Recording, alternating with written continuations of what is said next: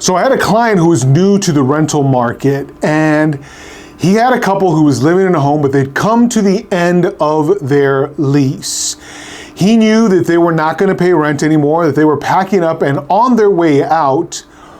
But the end of the month came and they didn't budge. Turns out that the place they were trying to move into fell apart, wasn't happening, that deal was gone. And so they were kind of stuck there. They had no intention of paying rent because they needed their money to move into the new place. And so 1 month passed and then another month passed, and he came up to them and said, guys, what's going on? I know you had packed. I know that you were in the process of moving. Why haven't you left? And they told him, look, we're just out of money. If you want us to go, what are you willing to offer us? So you might have heard of the concept of cash for keys. This is a strategy that sometimes people employ to either wrap up a lease early or to recover possession from someone who stubbornly just won't go. Sometimes it works really, really well, and other times it's just terrible. The idea is that some money upfront to the opposing party will actually end up saving you money. $1,000 here or $500 there might be enough to grease the wheels so that the tenant leaves and you get the property back so that you're able to use it in a way that best suits you. In order to get this right, you have to calculate appropriately, and everything has to come in a very specific order so that you end up using your money in the best way possible. Doesn't make sense to spend money to lose money anyway. Have you ever had a situation where you wanted to terminate a lease early and maybe offered something, even money, to a tenant in order to accomplish that? How did that work out? So back to my client and the older couple. He hadn't considered the possibility of paying money, but it made sense. The only thing that was holding them back was they didn't have enough money for the moving costs. So sure enough, he said, look, I tell you what I'll do. You and I will decide on a date for the move out. I will pay for the moving company to come load up your boxes, take you wherever you're headed, drop your boxes off. That's on me. And the tenants were fine with that. It made sense. The last piece of the puzzle was him paying for the movers to come in and shuffle them out. So the parties decided on a particular date, and sure enough, on that date, 3 trucks showed up. This was a pretty big house, and this couple had accumulated a lot of stuff. So 3 trucks show up, but the couple wasn't packed. They weren't ready to move anything, and as it turns out, the place that they had lined up also somehow fell through. It wasn't happening, and they weren't moving. Even after the landlord had paid all this money for the moving company to come in, load up the stuff, and move these people out, they demanded more. In fact, what they said was, look, that's a nice gesture, and we'll take you up on that offer, but we're gonna need some money up front. And at this point, the client came to see me. Now, let me tell you what I usually do in situations like this. First, it has to be understood that money comes last. That's right. It's the first thing you talk about, but it's the last thing you give. If a tenant simply cannot cover enough and then you compensate them for what they accomplished, then it's not worth the deal and you can't trust them to actually carry through with their promise. This was that exact scenario. They had already set a date. They had already agreed that they would move out, and he complied with his part, but they weren't ready to move on that date. In fact, their story was, we want more. And so this only teaches us that people who ask for more and get more because you have a strong desire to get them out will only continue to ask. And so it doesn't make any sense to deliver on your promise if they haven't delivered on a single promise that they have made. So talk about money, agree on money, sure, but always, always, always have a plan in place in the event that they don't come through. For me, it's the simple solution: eviction. You should always have simultaneously running in the background the threat that if they don't comply, guess what? The county's got a mechanism for getting rid of them. Remember, these people hadn't paid rent in multiple months, so it didn't make sense to keep waiting for a future date without some method of enforcement. In this case, not only had my client given first, he'd already given 2 months prior to that when they stalled in their original move out. However, in his urgency to get them out, he made a fatal mistake.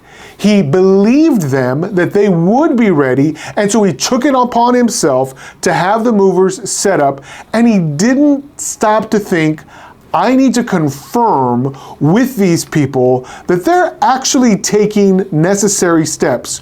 One really easy thing would have been to show up 3 days before.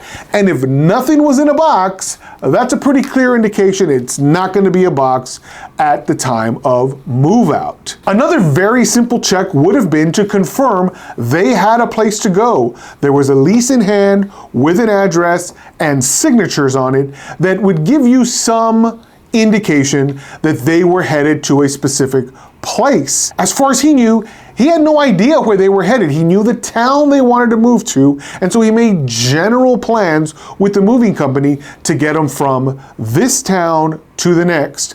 Unfortunately, he wasn't specific enough, and he didn't have enough clarity to know precisely what the final destination was, and that ended up burning him in the end. It's also important to make sure that if you are going to deliver cash for keys, that when you deliver that cash, not only are you getting the keys, but you're also getting a completely vacant unit. It's not enough that they've taken most of the stuff they meant to take, but they left behind a couch full of cat pee and a couple of old mattresses. You want to make sure that your agreement is in writing and that it clearly states not only are you taking all your stuff with you, but you're leaving the unit in broom swept condition. And what this generally means isn't that the place has to sparkle, but you definitely have to clean it out, and you're not leaving behind any garbage if you expect me to hand over money. So back to my client and the older couple. Sure enough, when he hired me, I said, stop offering stuff. Don't pay another nickel. I know they're asking for it, but it's not your responsibility. You paid some amount, you lost out on the moving company and the funds that went to absolutely nothing. Don't pay another nickel. At a certain point, there's diminishing returns on a deal like this. I always tell landlords, you need to make this deal early in the transaction and not late. Once you've lost 1 and 2 and 3 months of no rent, it no longer makes sense. However, if you're early on in the process and you're only going to lose a single month of rent, maybe it makes sense to offer some amount of money to move them out early, as long as you can confirm that only 1 month will be lost. And here's the simple truth. We know that evictions take in the state of Texas at least 30 to 45 days. And so you're probably going to end up losing that time anyway. If you're running, like I suggest, your eviction in the background and they fail to move out, the last thing that I would recommend, and which is what I would have recommended here if they would have agreed, was an agreed judgment that says, if you don't move, I get an immediate order of possession. That writ of possession is key, because here's the other factor. They have the right to appeal that eviction and can move forward with that appeal. And so if in your agreement you can waive that right and grant you an immediate writ of possession, you put yourself in a strong position to recover your property faster. You also have a strong disincentive for them to go back on their word. They know that you're not messing around. If they fail to box up their stuff and load the truck this time, guess what? They're going to be put out one way or another. And that was a solution that we ultimately presented to our client, is we have to take the position that they're not moving out voluntarily. You might want to offer them something, but you don't have to. And ultimately, I convinced my client that offering anything more was just throwing good money in after bad. He had already tried that, and they had already gone back on their word. In fact, they started complaining about the property, and they stopped taking care of the property.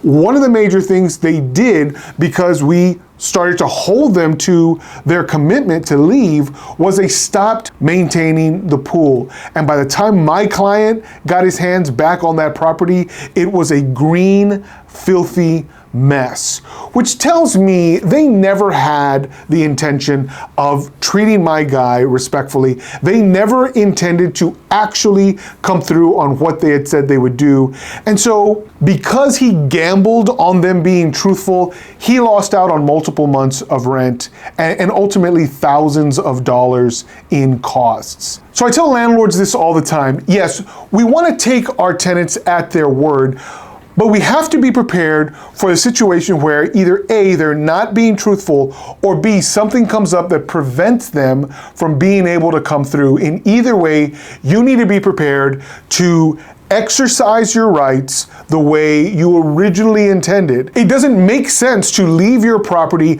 languishing and making no money for you while somebody else just drags their feet. And so if they are going to drag their feet, you want a mechanism in place to get them out quickly. And if they are going to come through on their word, well, then you have the right at all points to simply non-suit your eviction so that a judgment is never necessary and never is added to their eviction history.